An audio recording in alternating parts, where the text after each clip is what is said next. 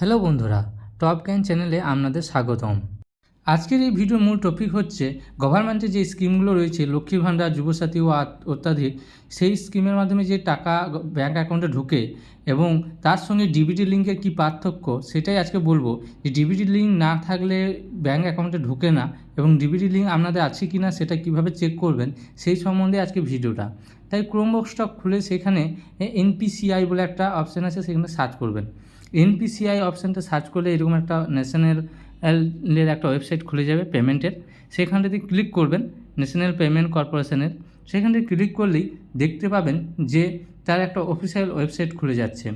সেই অফিসিয়াল ওয়েবসাইটটা আপনাদের খুলে গেলে নিচের দিকে একটু স্ক্রল করে যাবেন।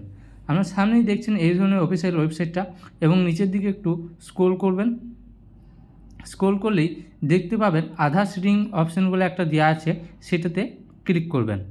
আধার সিডিং স্ট্যাটাসে ক্লিক করলেই এই যে ডিবিডি যে সাইটটা আছে সেই সাইটটা খুলে যাবে, এবং এইখানে আপনাকে দেখতে হবে এই যে আধার ম্যাপ স্ট্যাটাস, মানে আপনার আধারের সাথে যে ব্যাঙ্ক অ্যাকাউন্টের লিঙ্ক হয়ে আছে কি না সেটা এইখান থেকেই দেখতে পাবেন।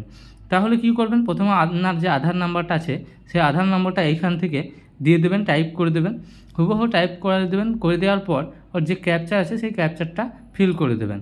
আমি আধার নাম্বারটা এখানে টাইপ করে দেখিয়ে দিচ্ছি। আধার নাম্বার টাইপ করা হয়ে গেলে ক্যাপচারটা দিয়ে দেবেন। ক্যাপচারটা দেওয়া হয়ে গেলেই এই যে চেক স্ট্যাটাস বলে অপশানটা রয়েছে সেখানে আপনাকে ক্লিক করতে হবে। চেক স্ট্যাটাসে ক্লিক করার পর এরকম একটা অপশান আসবে, যেখানে আপনার আধারের সঙ্গে যে রেজিস্টার নাম্বার আছে সেই নাম্বারে একটা ওটিপি যাবে। সেই ওটিপিটা এখানে দেখে ফিল করে দেবেন। ওটিপিটা ফিল করা হয়ে গেলে কনফার্ম করে দেবেন, এবং কনফার্ম করলেই সেখানে দেখতে পাবেন যে আপনার আধার নম্বর লাস্টে কত সংখ্যা এবং ম্যাপিং স্ট্যাটাস আপনার ডিবিডি, দেখুন এখানে করা আছে অ্যানাবল ফর ডিবিডি।